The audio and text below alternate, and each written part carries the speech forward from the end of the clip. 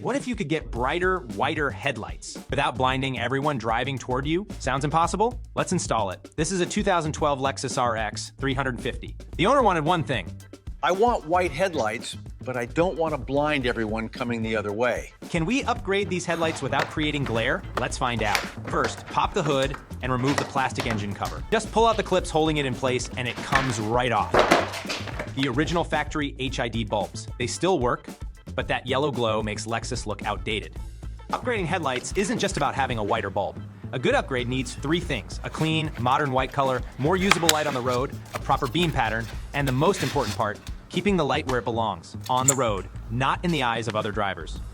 We installed DAMA Kanji Ultimate Vision, a high-quality HID upgrade designed for proper beam control. No complicated modifications, just plug and play. Now, the moment of truth: before, yellow, dull, and a flat beam pattern. After, a cleaner white color and a sharper, more focused beam. But here's what really matters: the cutoff line. A properly engineered cutoff keeps the light exactly where it belongs, on the road, not in the eyes of oncoming drivers. That's how you get maximum visibility without creating glare.